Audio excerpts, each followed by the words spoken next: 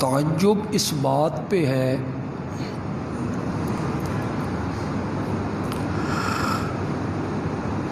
کہ مورخین نے اور غیر ذمہ دار خطیبوں نے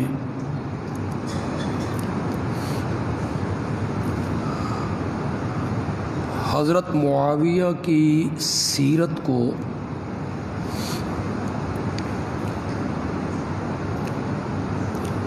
حضرت سیدنا علی ابن ابی طالب رضی اللہ تعالی عنہ کی چپ کلش سے شروع کیا۔ شروع ہی میں انہوں نے یہ تاثر دیا کہ یہ خلیفہ وقت کے مقابلے میں تلوار سونت کے آئے۔ انہوں نے خلیفہ وقت کی بیعت نہیں کی، محاذ بنایا۔ یہاں سے حضرت معاویہ کی سیرت کو شروع کیا گیا ہے، اور اسی کو بنیاد بنا کے تبرہ کا دروازہ کھولا گیا ہے۔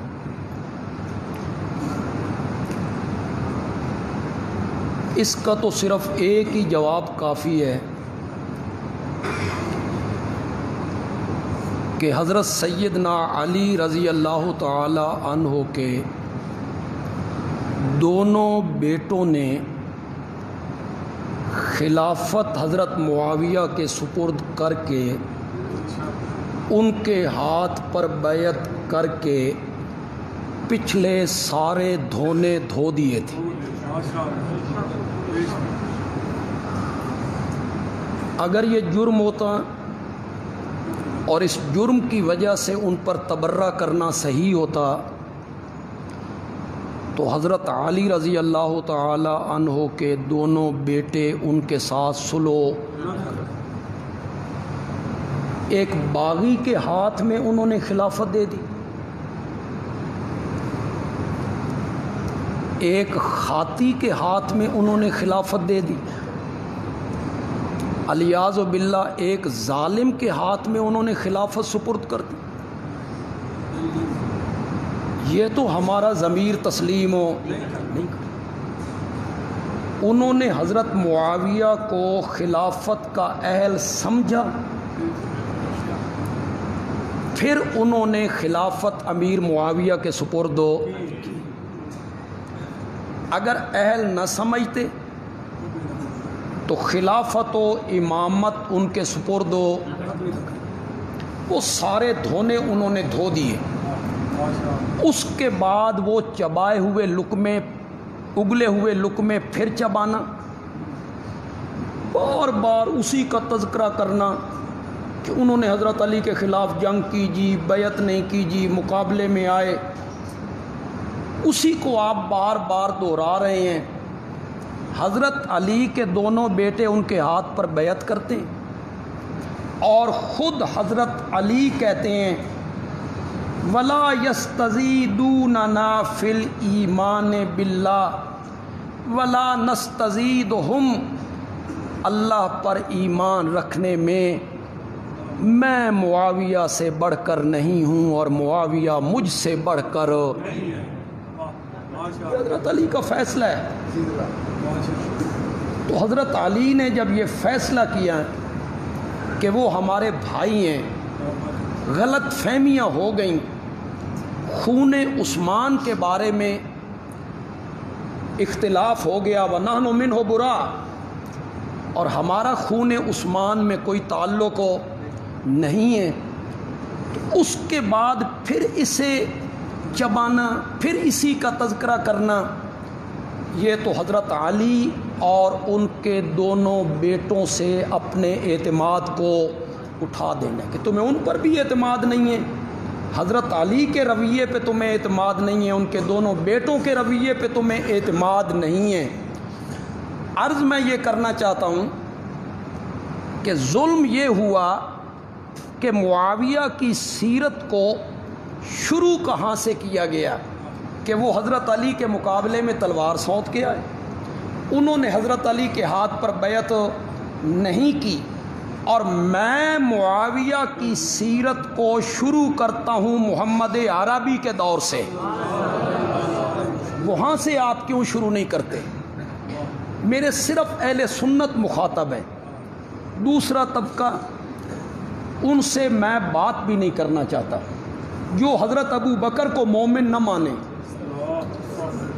جو حضرت عمر کے ایمان کا قائل نہ ہو، جو حضرت عثمان کا حیا نہ کرے جس سے آسمان کے فرشتے حیا کرتے ہیں، جسے اس خاتون کا شرم نہ ہو جسے جبریل سلام کہتا ہو، وہ اس خاتون کو منافقہ کہتا پھرے اور مذاق میں نکی اماں جان کہتا پھرے، اس بدتینت اور بغیرت سے میں کیا بات کروں، جسے حضرت عائشہ کا حیا نہیں، حضرت عمر کا حیا نہیں، حضرت عثمان کا حیا نہیں، حضرت ابو بکر کا حیا نہیں، وہ منبر پہ انہیں کافر کہتا ہے، انہیں ظالم کہتا ہے۔ وہ میرے مخاطب نہیں ہیں، میرے مخاطب صرف وہ اہل سنت ہیں جو تاریخ کی کتابیں پڑھتے ہیں، نوجوان ہیں، کبھی وہ جیلمی مرزے کی باتیں سن کر متاثر ہو جاتے ہیں کہ فلاں کتاب نے یوں کہا، فلاں بندے نے یوں کہا، حضرت معاویہ کے متعلق فلاں عالم یوں کہتا ہے، فلاں امام یوں کہتا ہے،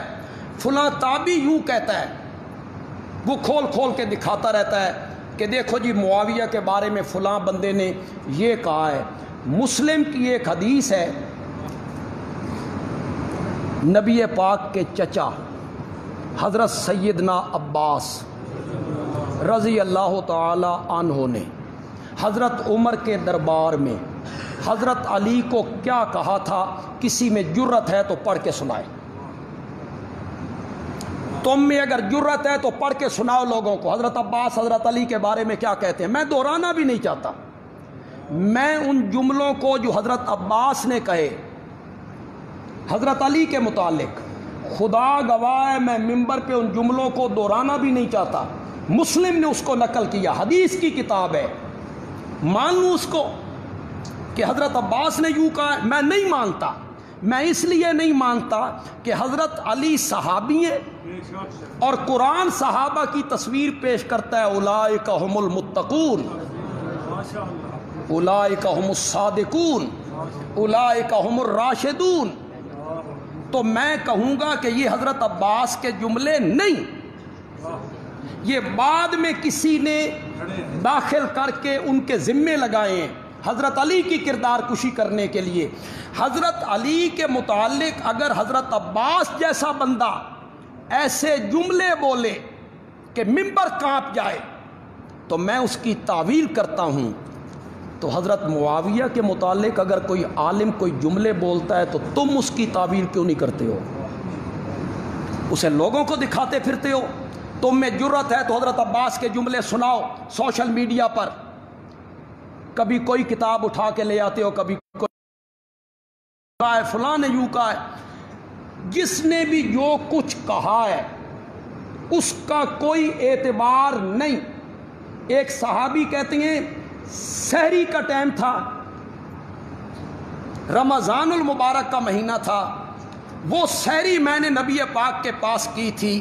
سحری کے ٹائم نبی پاک نے کہا تھا اللہم علم معاویۃ الکتاب والحساب وقہ العذاب، معاویہ کو کتاب کا علم دے، حساب کا علم دے اور اسے عذاب سے بچا لے۔ میں اس ارشاد کو کیوں نہ مانوں؟ بات کے کسی بندے کے ارشاد کو میں کیوں مانوں؟ میں اس میں تعویل کروں گا۔ لہٰذا اقوال رجال جو ہوتے ہیں نا، یعنی علماء کے اقوال، فلاں نے یہ لکھا ہے، فلاں نے یہ لکھا ہے، فلاں نے یہ لکھا ہے، وہ معتبر نہیں ہوتے۔ معتبر ہے اللہ کا قرآن، معتبر ہے محمد عربی کا فرمان صلی اللہ، انہوں نے کیا لکھا ہے۔ تم نے شروع کیا معاویہ کی سیرت کو حضرت علی کے دور سے، میں نے شروع کیا معاویہ کی سیرت کو نبی پاک کے دور سے، جب نبی پاک صلی اللہ علیہ وسلم میں صرف ایک واقعہ آج ذکر کروں گا. میں نے کہا نا میں تفصیلی گفتگو کروں گا حضرت معاویہ کی سیرت پر انشاءاللہ. آج صرف ایک واقعہ ذکر کروں گا. میرے نبی پاک صلی اللہ علیہ وسلم کی ایک خالہ ہے ام حرام. یہ رہتی ہیں مدینے میں. کبھی کبھی نبی پاک دوپہر کے ٹائم ان کے گھر جا کے آرام کیا کرتے تھے. یہ جو میں روایت پڑھ رہا ہوں نا، تم تاریخ کے بلبوتے پہ ناچتے رہتے ہو، فلاں کتاب نے یوں لکھا ہے، فلاں کتاب نے یوں لکھا ہے، کوئی 3 صدی کا، کوئی 4 صدی کا، کوئی 6 صدی کا، کوئی 8ویں صدی کا. سب سے پہلی تاریخ کی کتاب تو طبری ہے نا. طبری نے جتنے کربلا کے واقعات کو نقل کیا ہے وہ کہتا ہے میں نے مقتل حسین سے لیے. مقتل حسین لکھنے والا ابو بخنف لوط ابن یحییٰ ہے. یہ کربلا سے 60 سال بعد پیدا ہوا ہے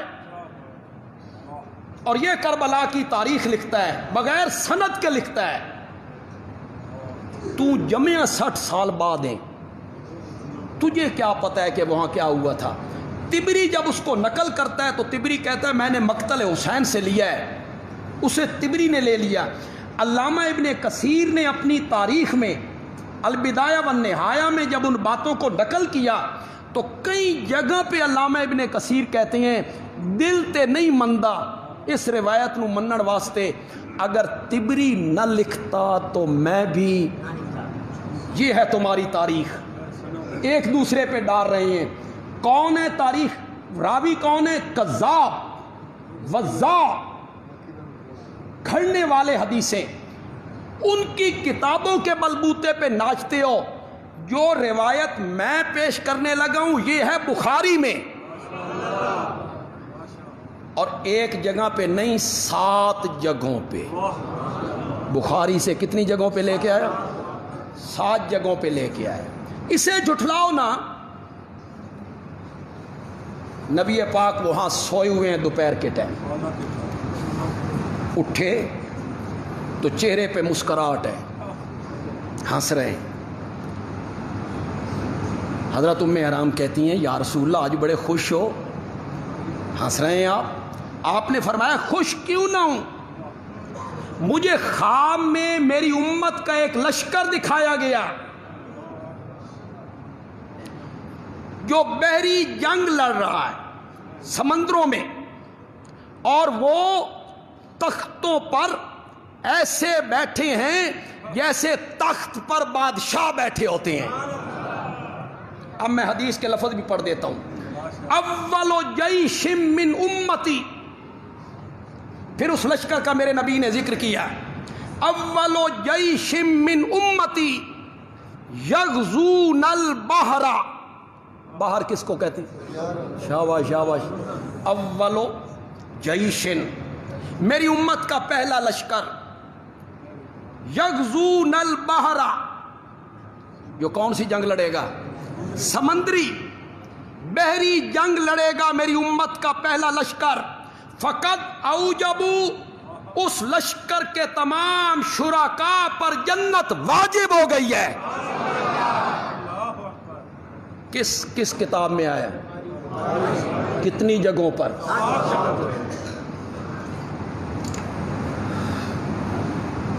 حضرت ام حرام کہتی یا رسول اللہ دعا کرو اللہ مجھے بھی انہی میں سے کر دے. آپ نے فرمایا تو ان میں سے ہو گئی، تو اس لشکر میں سے ہو گئی. یہ خواب میں.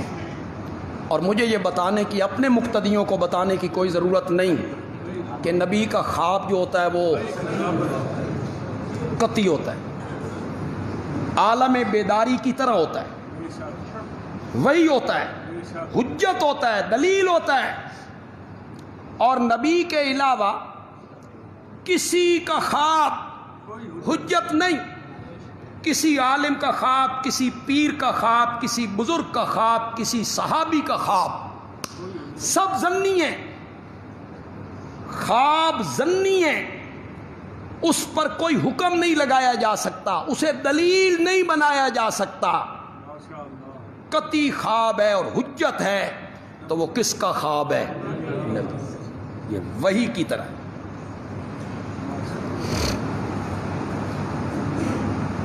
میری امت کا پہلا لشکر جو بحری جنگ لڑے گا، اللہ نے اس سارے لشکر پہ جنت کو کیا کر دیا ہے؟ واجب کر دیا۔ قد اوجبوا، کیا لکھا محدثین نے؟ یہ پہلا لشکر کب گیا؟ یہ حضرت عثمان ذو النورین کے دور خلافت میں گیا۔ دور خلافت کس کا ہے؟ حضرت عثمان کا رضی اللہ تعالی۔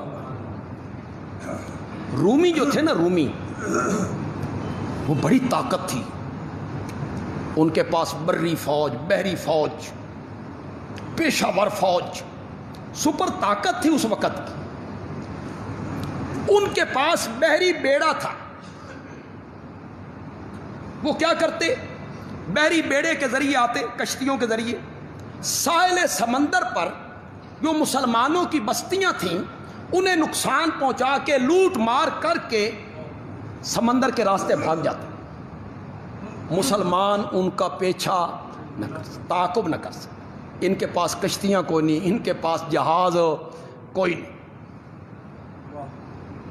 حضرت سیدنا معاویہ رضی اللہ تعالیٰ عنہ نے حضرت سیدنا فاروق اعظم رضی اللہ تعالیٰ عنہ سے ذکر کیا، اگر آپ اجازت دیں تو میں بحری بیڑا بناؤں؟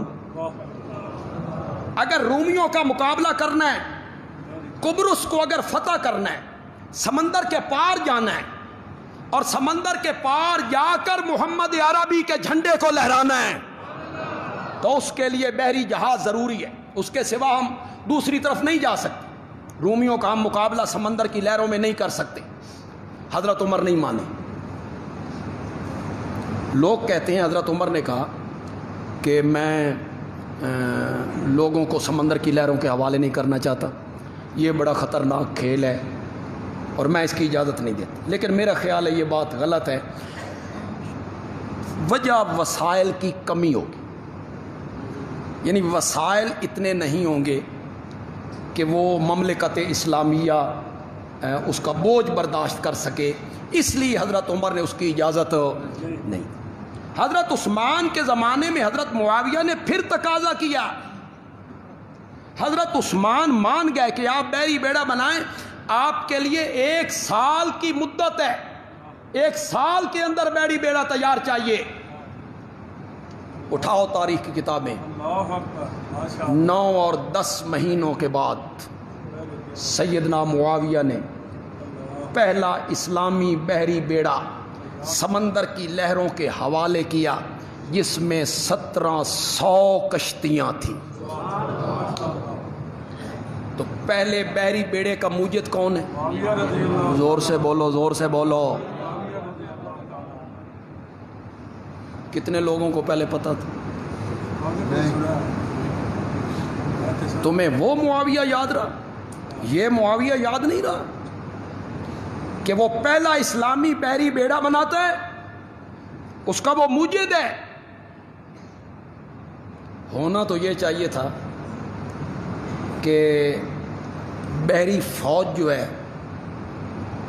اسلامی ممالک کی بحری فوج، ان میں ایک نشان معاویہ بھی ہونا چاہیے۔ موجد تو وہ ہے، اس سارے بحری جہازوں کا، اسلامی بحری بیڑے، ان کا موجد تو سیدنا معاویہ ہیں۔ پہلے بحری بیڑے کا موجد حضرت سیدنا معاویہ رضی اللہ تعالی عنہ، اور پھر اس بحری بیڑے کے ذریعے قبرص پہ جو حملہ کیا گیا، اس میں بڑے بڑے صحابہ دمشق آئے، ادھر آئے کہ اس لشکر کو جنت کا وعدہ ہے، نبی پاک کی بشارت ہے۔ بڑے بڑے صحابہ اس لشکر میں شامل ہوئے۔ یہ بحری لشکر جو حضرت عثمان کی خلافت میں روانہ ہوا، حضرت معاویہ اس کا فوجی نہیں تھا، سپہ سالار تھا جی، کمانڈر. اور اس پورے لشکر کے لیے میرے نبی نے کیا بشارت دی تھی؟ تمہارے کہنے سے کیا ہوتا ہے؟ حضرت معاویہ کمال ہے، نیند میں بھی اور نیند سے جاگنے کے بعد بھی میرے نبی کے چہرے پہ مسکراہٹ پھیلانے کا باعث بن گیا ہے. باعث میرے نبی ہنس رہے ہیں، مسکرا رہے ہیں. تمام محدثین نے لکھا، ابن حجر اسقلانی نے لکھا، قسطلانی نے لکھا، عینی نے لکھا، بخاری کے جتنے شارح ہیں، جتنی شروحات ہیں بخاری کی، جتنے محدثین ہیں بخاری کی شرح کی جن لوگوں نے، خدا گواہ سب نے لکھا کہ یہ لشکر حضرت عثمان کے دور خلافت میں جب روانہ ہوا تو اس کا سپہ سالار سیدنا معاویہ تھا. اور اس لشکر کے لیے میرے نبی کی کیا بشارت ہے؟ تم کیسے راستہ روک سکتے ہو؟ حضرت معاویہ کا راستہ تم روک سکتے ہو جنت میں جانے کا؟ انہیں تو میرے نبی نے بشارت.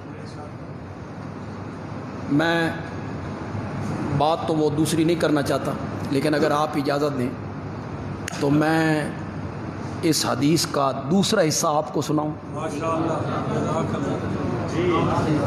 یہ کہاں ہے؟ بخاری. کہاں ہے؟ کتنی جگہوں پہ؟ بس صرف سنا دوں گا آپ کو، فیصلہ آپ پہ چھوڑ دوں گا. چونکہ بخاری اہل سنت کی معتبر کتاب ہے، اس میں 7 جگہوں پہ میرے نبی کا یہ فرمان ہے. نبی پاک دوبارہ سو گئے، دوبارہ اٹھے تو پھر چہرے پہ مسکراہٹ. حضرت ام حرام پوچھتے ہیں یا رسول اللہ اب پھر مسکراہٹ؟ فرمایا ہاں، مجھے میری امت کا ایک لشکر دکھایا گیا جو قسطنطنیہ پہ حملہ آور ہونا چاہتا ہے، پہلا حملہ کرنا چاہتا ہے.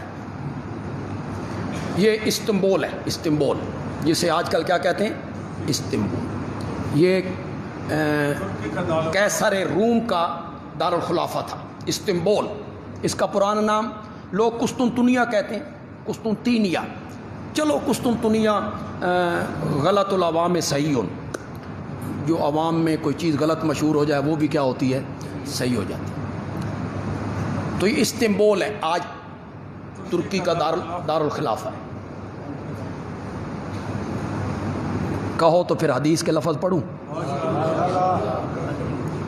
اول جیش من امتی یغزون علی مدینۃ قیصر، میری امت کا پہلا لشکر جو قیصر کے شہر پر، قسطنطنیہ استنبول، اس پر حملہ آور ہوگا. مغفور لہم. مغفور لہم کا کیا معنی؟ وہ کیا ہیں؟ بخشے بخشائیں. یہ لشکر روانہ ہوا 49 ہجری میں یا 50 ہجری میں. دور خلافت کس کا ہے؟ حضرت سیدنا معاویہ رضی اللہ تعالی. قسطنطنیہ پہ حملہ آور ہونا چاہتے ہیں. اعلان ہو گیا بھائی قسطنطنیہ پہ لشکر جا رہا ہے حملہ کرنے.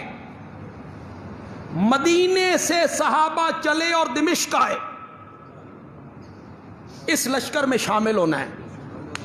کیوں؟ مغفور لہم، بڑی بشارت ہے اس لشکر کے لیے. ان آنے والوں میں کون ہے؟ میزبان رسول حضرت ابو ایوب انصاری رضی اللہ تعالی، حضرت عمر کے بیٹے حضرت عبداللہ حضرت عباس کے بیٹے حضرت عبداللہ، حضرت زبیر کے بیٹے حضرت عبداللہ، حضرت علی کے بیٹے حضرت حسین، ٹوٹ پڑے ہیں صحابہ۔ قسطنطنیہ پہ جو لشکر حملہ آور ہونا چاہتا ہے، ہم اس میں شامل ہوں۔ اس کی مغفرت کا وعدہ نبوت کی زبان سے ہوا۔ اتنے بڑے بڑے صحابہ اس لشکر میں شامل ہیں۔ اس لشکر کا کمانڈر کون ہے؟ ہوں تسی بالکل چپ کر جاؤ، اب نہیں۔ اس لشکر کا سپہ سالار کون ہے؟ میں کہہ رہا ہوں، تاریخ کی کتاب کہہ رہی ہے، البدایہ والنہایہ کہہ رہا ہے، طبری کہہ رہا ہے، مقتل حسین کہہ رہا ہے۔ اس لشکر کا سالار حضرت معاویہ کا بیٹا یزید ہے۔ یہ بخاری میں لکھا ہوا ہے۔ بولتے کیوں نہیں ہو؟ کہاں لکھا ہوا ہے؟ یا تو لاؤ کوئی روایت بخاری کے پلے کی مضبوطی میں، اس کے خلاف روایت ہو اور بخاری سے مضبوط ہو یا بخاری کی طرح ہو، لاؤ۔ لیکن تم قیامت کی صبح تک نہیں لا سکتے، تو پھر بخاری کی روایت کو مانو۔ قال محمود بن ربی،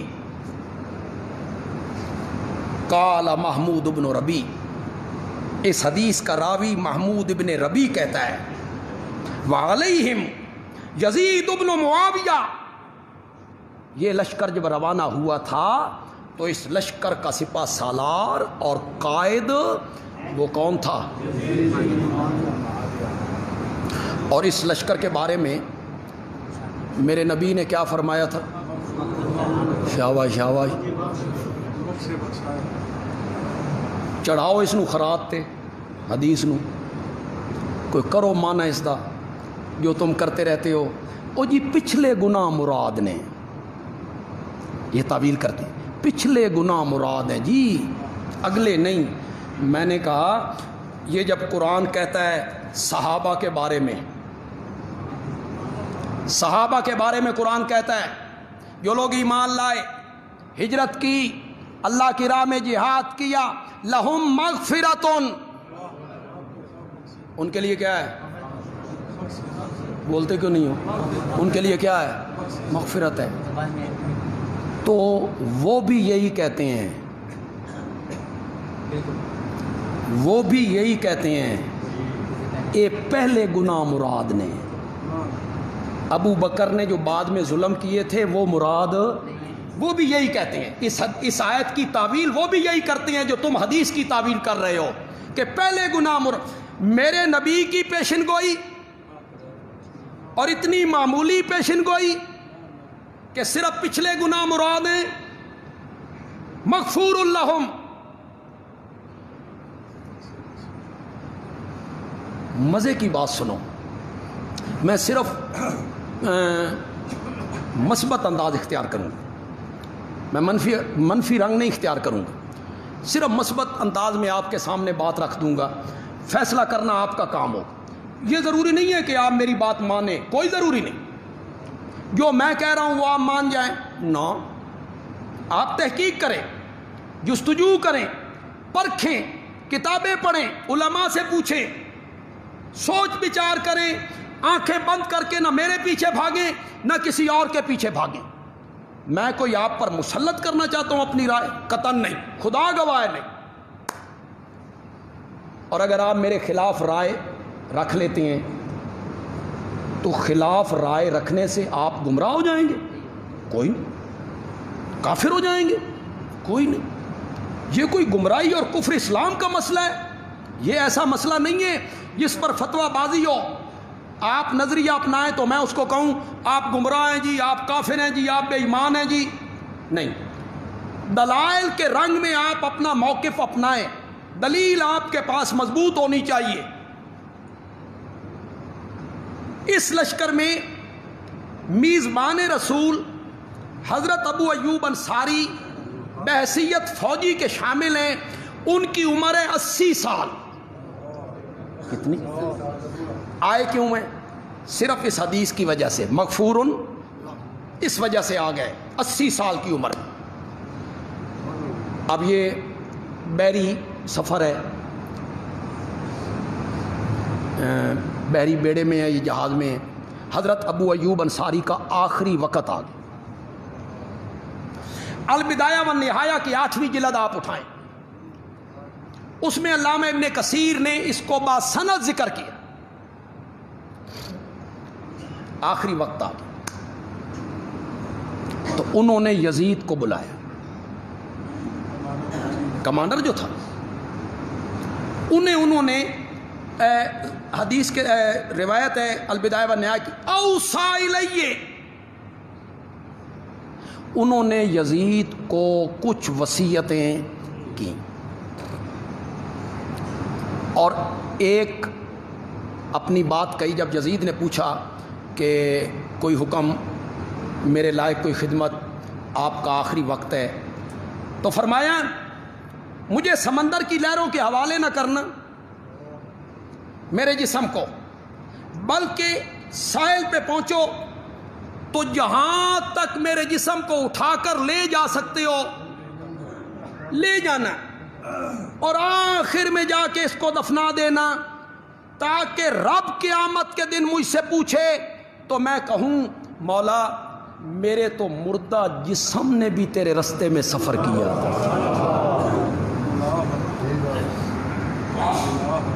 بس میری ایک اس بات کو پورا کر دیں. اور سنو، میں نے نبی پاک کا ایک فرمان سنا ہوا ہے جو میں نے کسی کو آج تک بتایا نہیں. ذرا تو وہ فرمان سن کے لوگوں تک پہنچا دے. کیا فرمان تھا؟ من مات لا یشرک باللہ شیئا، جو آدمی اس حالت میں مرتا ہے کہ اس نے ساری زندگی کبھی شرک نہیں کیا، فقط دخل الجنہ. پہلے شاید اس لیے نہیں سنایا کہ لوگ اعمال سے غافل نہ ہو جائیں، عمل کرنا نہ چھوڑ دیں. بھئی ہم نے توحید مان لی ہے، شرک چھوڑ دیا ہے، جنت میں تو جانا ہی جانا ہے، تو کیا ضرورت ہے نماز پڑھنے کی، روزہ رکھنے کی، حج کرنے کی، نیکیاں کرنے کی، تلاوت کرنے کی، نوافل. تو شاید اس وجہ سے انہوں نے اس کو کبھی بیان نہیں کیا تاکہ لوگ اس پر توکل کر کے اعمال نہ چھوڑ. آج وہ یزید کو کہہ رہے ہیں کہ یہ روایت لوگوں تک پہنچا، نبی پاک کا فرمان جو میں نے اپنے کانوں سے سنا، شرک نہیں کیا. میں نے پچھلے جمعے بھی کہا تھا، ساتھ ساتھ میں یہ سبق بھی آپ کو پڑھاتا چلا جا رہا ہوں عقیدے کی اصلاح کا، کہ توحید پر کاربند رہنا ہے اور شرک کے قریب نہیں. ہر وقت دعا کیا کرو، یا اللہ جو شرک میں نے دانستہ کیا، میرے علم میں میں شرک کیا، اور جو شرک میں نے نادانستہ کیا، مجھے پتہ بھی نہیں، کوئی شرکیہ جملہ زبان سے نکل گیا، مولا میں ہر قسم کے شرک سے توبہ کرتا ہوں. یہ علاج ہے شرک کا، یہی علاج ہے. اللہ کہتے ہیں معاف کر دوں گا، لیکن اگر بغیر توبہ کیے مر گیا تو پھر پیغمبر کا باپ ہو یا پیغمبر کا بیٹا ہو یا پیغمبر کی بیوی ہو یا پیغمبر کا چچا ہو، معافی کی کوئی صورت نہیں. ان اللہ لا یغفر ان یشرک بہ، اللہ شرک کو معاف نہیں کرے گا. شرک سے نیچے نیچے جس کو چاہے گا معاف کر. ترمذی کی وہ حدیث میں نے آپ کو کئی مرتبہ سنائی،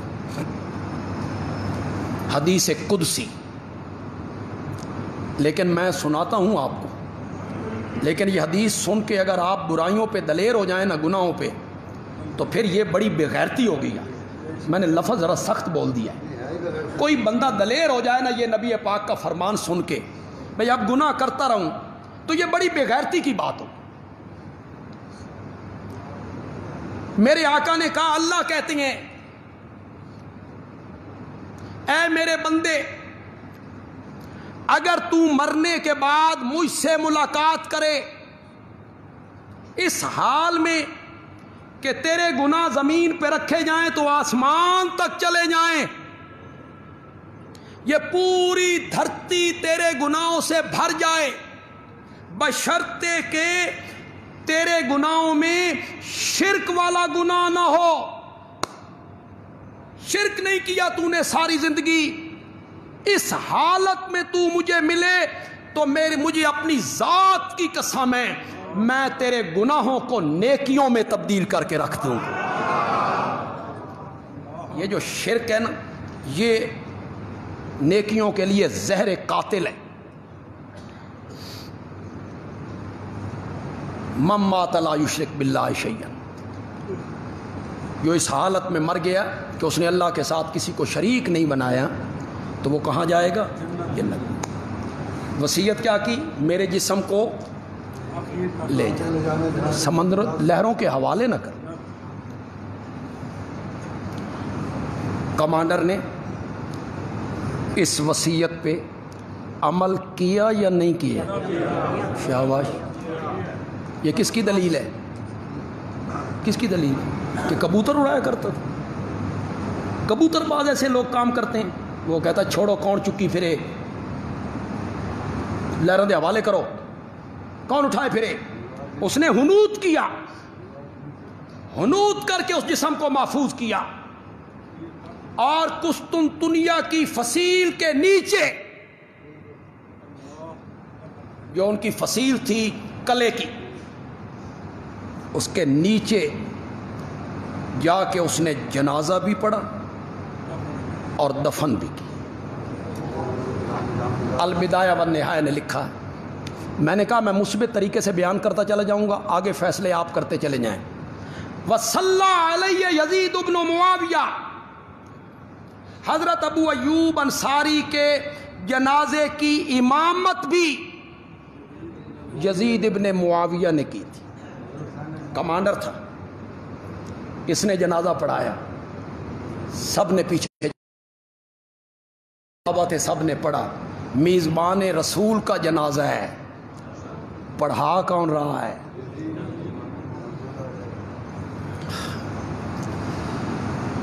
جب دفن کرنے لگے تو جو سو قلعے کا کمانڈر تھا، گورنر یا جو بھی ہوگا، اس نے کہا کیا کر رہے ہو؟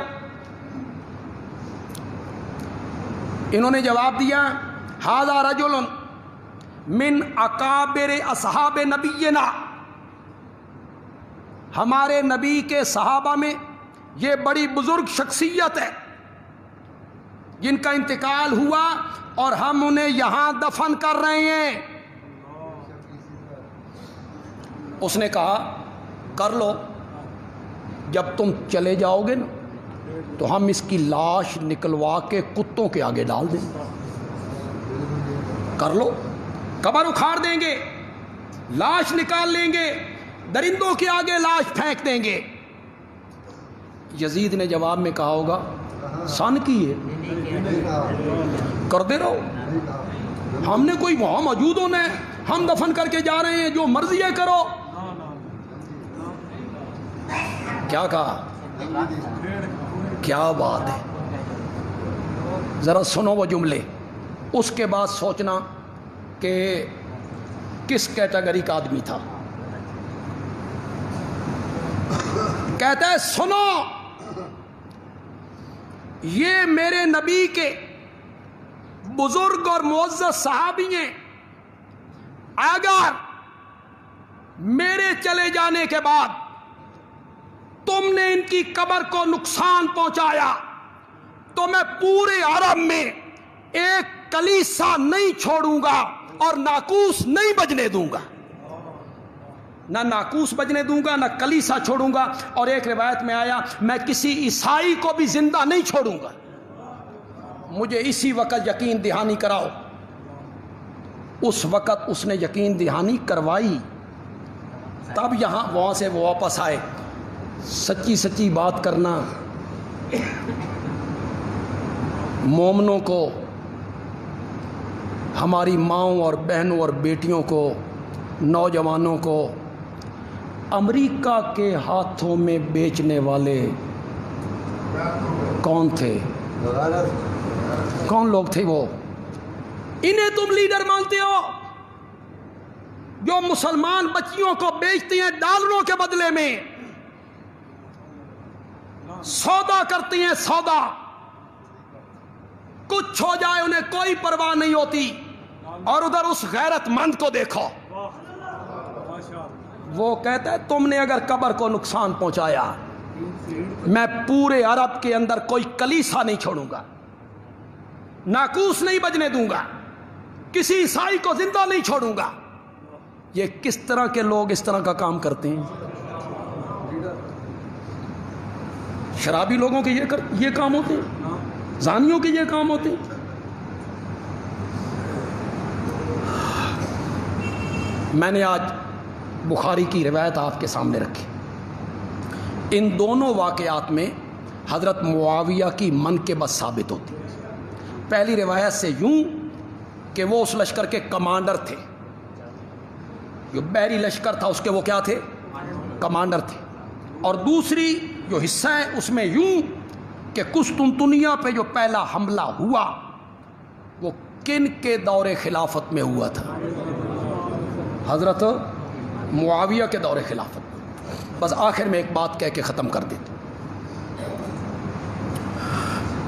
واعظین بیان کرتے رہتے ہیں، مقررین بیان کرتے رہتے ہیں، خطیب بیان کرتے رہتے ہیں، اور خطیب اس طرح کے واقعات ہی بیان کرتے رہتے ہیں کہ صحابہ جا رہے ہیں ایک جگہ پہ، انہوں نے فوجی چھاؤنی بنانے کا فیصلہ کیا کہ یہاں فوجی چھاؤنی بنانی چاہیے۔ تو قریب کے جو لوگ تھے وہ دوڑتے دوڑتے آئے، انہوں نے کہا بھئی آپ کہاں فوجی چھاؤنی بنانے لگے ہیں؟ یہ جنگل دیکھ رہے ہو، اس میں درندے چیر پھاڑ کے برابر کر دیتی ہیں، یہ تو غیر محفوظ جگہ ہے۔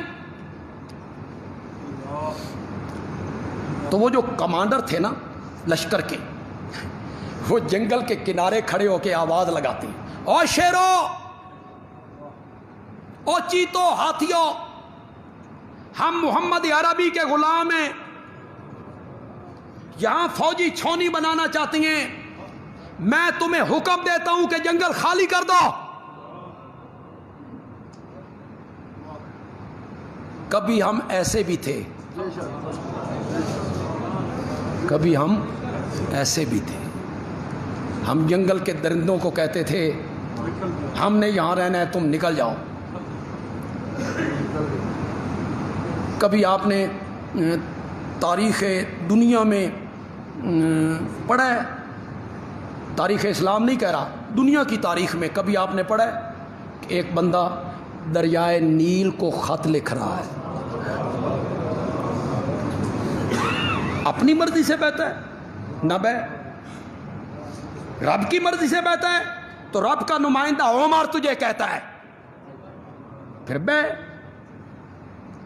دریاؤں کو خط، لہروں کو خطاب، دجلہ کی لہروں کو خطاب۔ کبھی ہم ایسے بھی تھے، جنگل خالی کر دو۔ تھوڑی دیر کے بعد دنیا نے دیکھا کہ شیر نے اپنے بچے پیٹھ پہ لادے، ہاتھی نے اپنے، چیتے نے اپنے، اور وہ جنگل سے نکل رہے ہیں اور بزبان حال یہ کہہ رہے ہیں تم محمد عربی کے غلام ہو تو ہم محمد عربی کے غلاموں کے بھی غلام، تمہارا حکم ہوا ہم نے مان لیا۔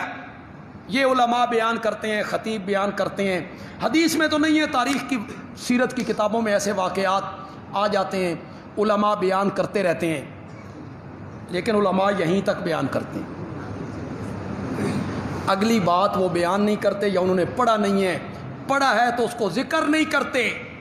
یہ تو بتاؤ یہ لشکر جب روانہ ہوا کہ جنگل کے درندوں نے ان کی اطاعت کی، دور خلافت کس کا تھا؟ یہ تو بتاؤ لوگوں کو۔ یہ جب رب کی غیبی مدد آئی، کرامتیں ظاہر ہونے لگی، رب کی نصرت پہنچی، جنگل کے درندوں نے لشکر اسلام کی اطاعت کی، خلافت کس کی تھی تم نہیں بتا سکتے ہو، بندیالوی بتائے گا، یہ خلافت تھی حضرت معاویہ کی رضی اللہ تعالی۔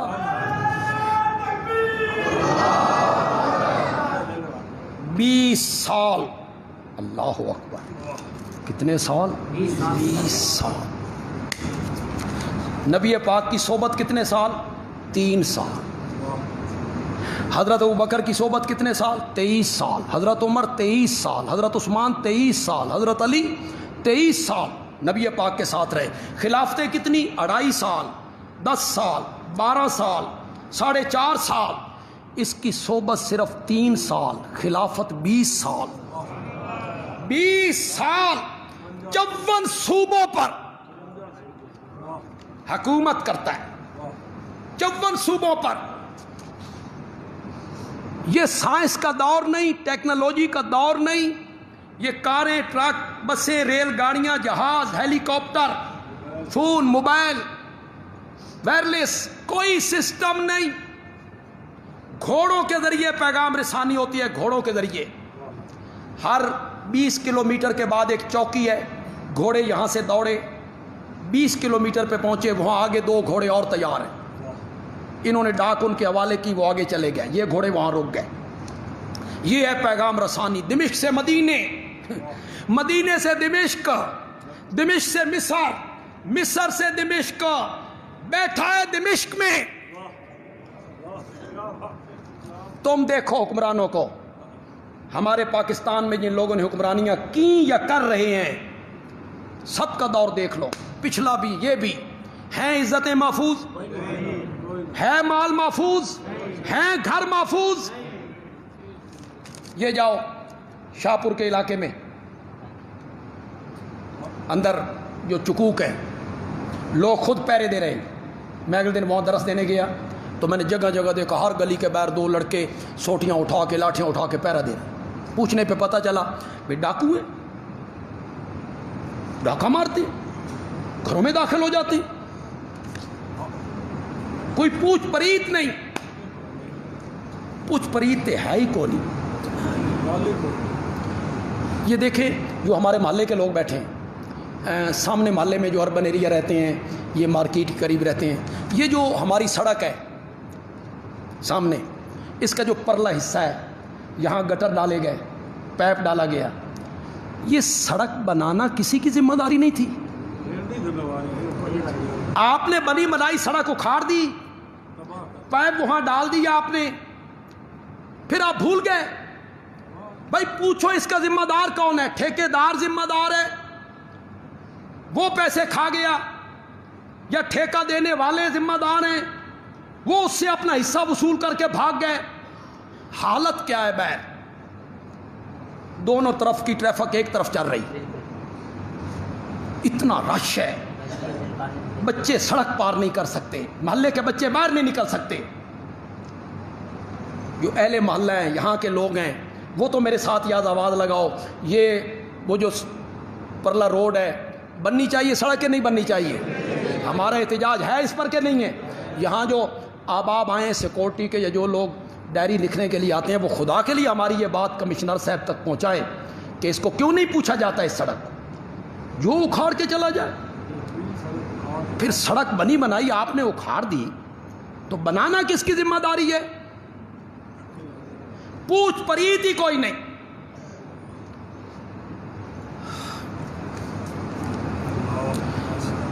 انشاءاللہ درس قرآن مغرب کے بعد 18 بلاک میں حسب سابق ہوگا، آپ تمام حضرات اس میں تشریف لائیں۔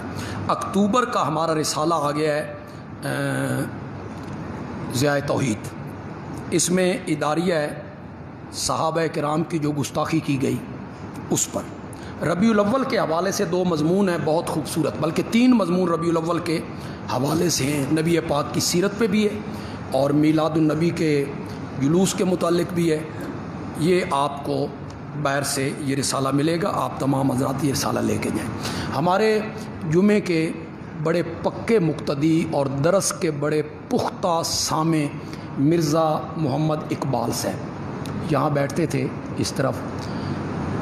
ان کا گزشتہ دنوں اچانک انتقال ہو گیا. گھر سے موٹر سائیکل پہ نکلے اور راستے میں گرے اور لاہور لے جایا گیا, انتقال ہو گیا. بڑے مواحد ساتھی تھے ہمارے, بڑے نیک ساتھی تھے ہمارے. تو ان کے لیے سارے احباب دعا کریں گے, اللہ ان کی مغفرت فرمائے, اللہ ان کے درجات بلند فرمائے اور پسماندگان کو اللہ صبر جمیل عطا فرمائے. دیجیے اذان.